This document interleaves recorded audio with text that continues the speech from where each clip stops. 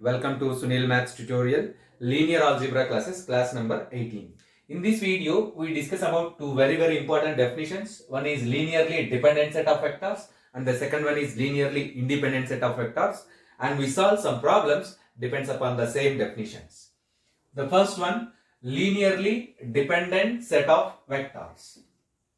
Let V of f be a vector space. Let V of f be a vector space. And capital S is equals to alpha 1 comma alpha 2 comma and so on alpha n be a finite subset of V of f, be a finite subset of V of f, means S is a finite set having n vectors alpha 1 alpha 2 and so on alpha n. That is, this S is subset to V. This S is subset to V, and clearly S is finite. Then capital S is said to be linearly dependent means LD if it satisfies the following condition. If there exists scalars a1 comma a2 comma and so on an belongs to capital F, comma not all zero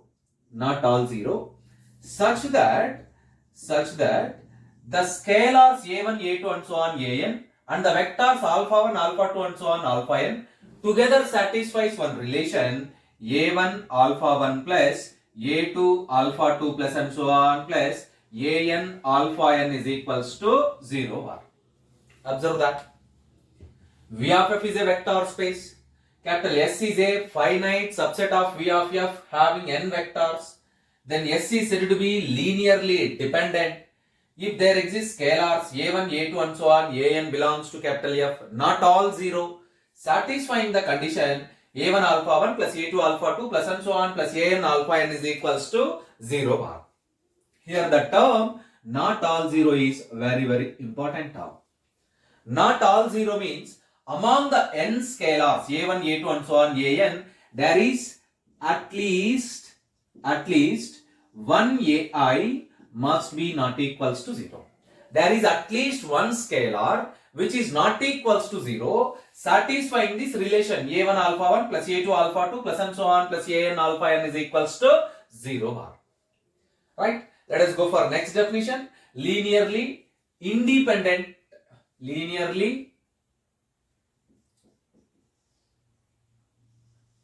independent set of vectors. Linearly independent set of vectors. Linearly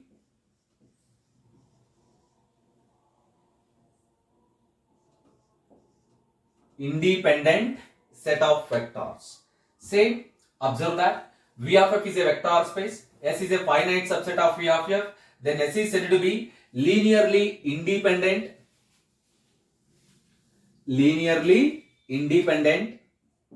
Then S is said to be linearly independent means Li. Here the condition is different. If every relation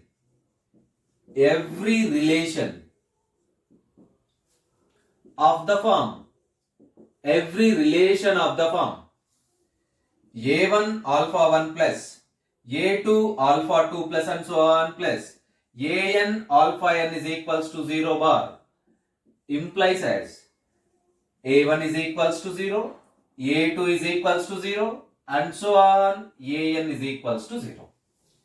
Every relation a1 alpha 1 plus a2 alpha 2 plus and so on plus an alpha n is equals to 0 bar implies as all the scalars are equivalent to 0. It means a1 0, a2 0 and so on an 0. The scalars involved in this equation a1, a2 and so on an must becomes 0. In case of linearly dependent, we learn that there is at least one ai not equals to 0. In case of linearly independence, every ai is equals to 0. Every ai is equals to 0. You observe that. That is a very important difference between the linearly independent and linearly dependent set of vectors. In both the definitions, the expression is same. A1 alpha 1 plus A2 alpha 2 plus and so on plus An alpha n is equals to 0 bar is the same condition. In case of dependent set, we learn that there is at least one scalar. There is at least one scalar that must be not equals to 0. In case of independent set of vectors, every scalar is equal to 0. Every scalar is equals to 0. Right? We solve some problems depends upon these two definitions. The first problem.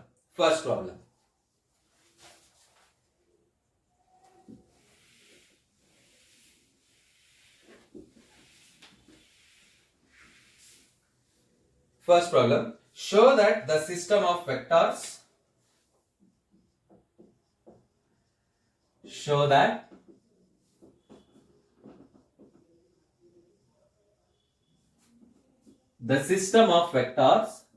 the system of vectors 1 3 2 1 comma 3 comma 2 1 comma minus 7 comma minus 8 comma 2 comma 1 comma minus 1 of V3 of R is linearly dependent. We solve the same problem in two methods. Let us see the first method. Given set of vectors, given that capital S is equals to a set having three vectors 1 comma 3 comma 2, and the second one is 1 comma minus 7 comma minus 8, and the third one is 2 comma 1 comma minus 1. Clearly this S is subset to R cube of R. Take any three scalars A comma B comma C belongs to capital R such that A into 1 comma 3 comma 2 plus B into 1 comma minus 7 comma minus 8 plus C into 2 comma 1 comma minus 1 is equals to 0 bar, which implies as A 3A 2A plus B minus 7B minus 8B plus 2C C minus C is equals to 0 bar. Simplify the terms. A plus B plus 2C, A plus B plus 2C, comma 3A minus 7B plus C, comma 2A minus 8B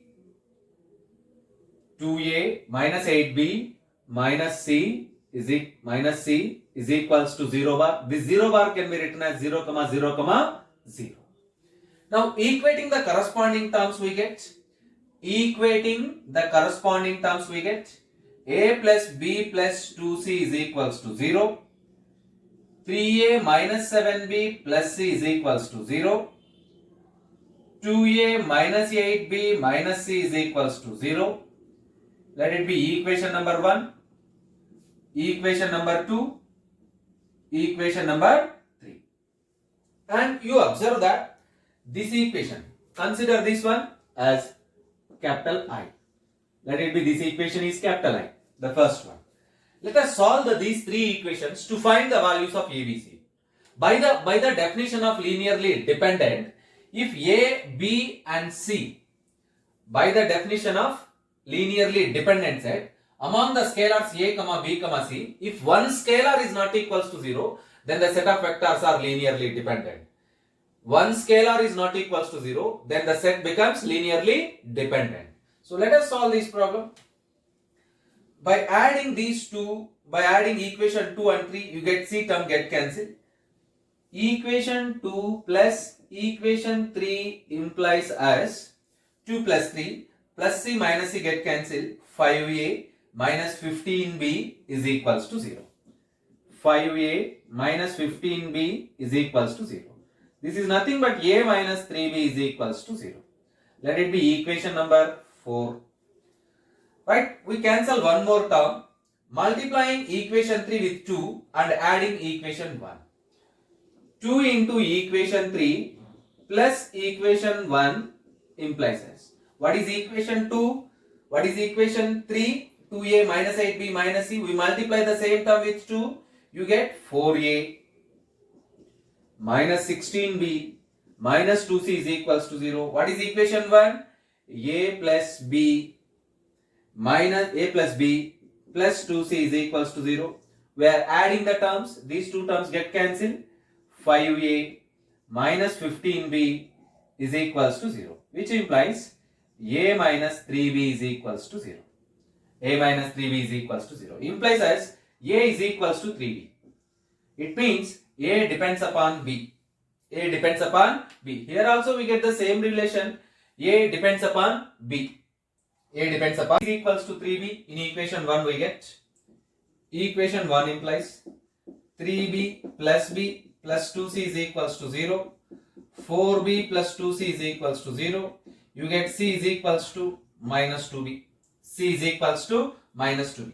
Now you observe that a depends upon b. C also depends upon b. If you put b is equals to 1, then what happens?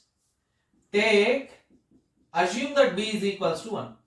Take b is equals to 1. If b is equals to 1, then automatically a is equals to 3. C is equals to minus 2. C is equals to minus 2. So the values of a, b, c depends upon the values of a, b, c. The values of a and c depends upon b. They become 0. A is equals to, comma, b is a is equals to, comma, c is equals to 0 only if b is equals to 0. But there is no exact way to say that b is equals to 0 is the correct thing. So there may be different chances. If b is equals to 1, then a becomes 3, c is equals to minus 2. If b not equals to 0, you get infinite number of solutions for these equations. Observe that. So in equation 1, there is at least one scalar, that is b, is not equals to 0. From equation 1 now conclude that. Hence, from equation 1,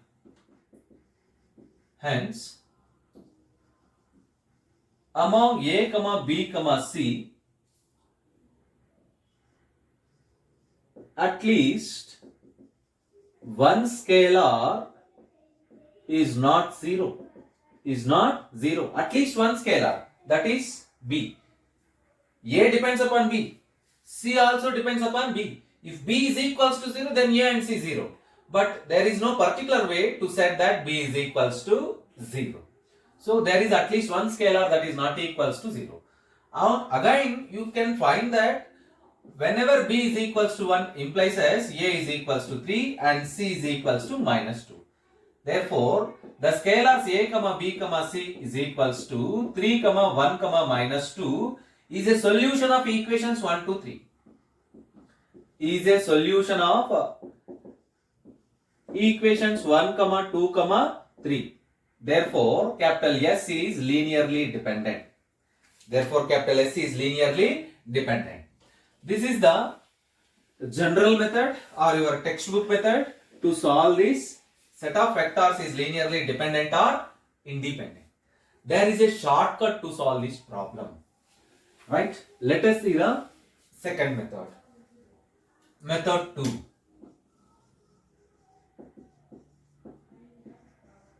Method 2. Given set of vectors, given that capital S is equals to, there are particular set of vectors 1, 3, 2, 1, 3, 2 and 1, minus 7, minus 8 and 2, 1, minus 1. By writing the vectors of S as rows of a matrix, we get. By writing the vectors of S. By writing the vectors of S as rows of a matrix.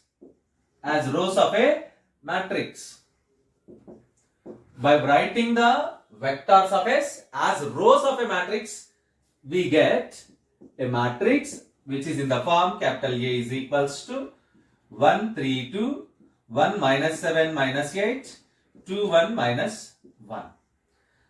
Find the determinant of A. 3 into 7 plus 8 not 3, 1 into 1 into 7 plus 8 minus 3 into minus 1 plus 16 plus 2 into 1 plus 14. So you observe that this is 15 minus 3 into plus 15 plus 2 into 15 plus 2 into 15. Finally we get 15 minus 45 plus 30, you get 0. Determinant of the A is equals to 0. Determinant of A is equals to 0. If the det A is equals to 0, if det A is equals to 0, implies rows of capital A forms a linearly dependent set. Remember this fact. If the determinant of the matrix is 0, then the rows of the matrix forms a linearly dependent set. Observe that. This is the second method. Therefore, we conclude that capital S is linearly dependent. So this is the result you have to remember. If the determinant of the matrix is 0, then the rows of the matrix A forms a linearly dependent set. By using this result, you conclude that the given set capital S is linearly dependent. Observe that. Right? Try to solve the following problems. In case of determinant not equals to 0, and then we solve the problems. If det A not equals to 0, implies rows of capital A forms a linearly independent set.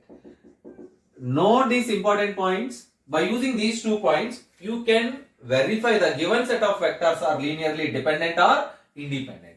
If the det 0, then the rows of A forms a linearly dependent set. If the det not equals to 0, then the rows of A forms a linearly independent set. Let us solve one more problem. Depends upon the same method.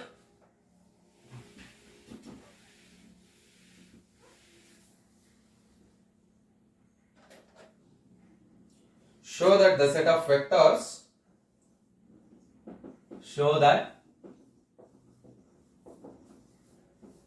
the set of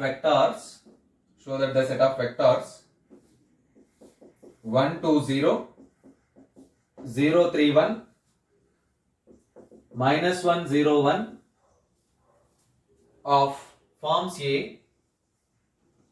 forms a linearly independent set. Observe that. By writing the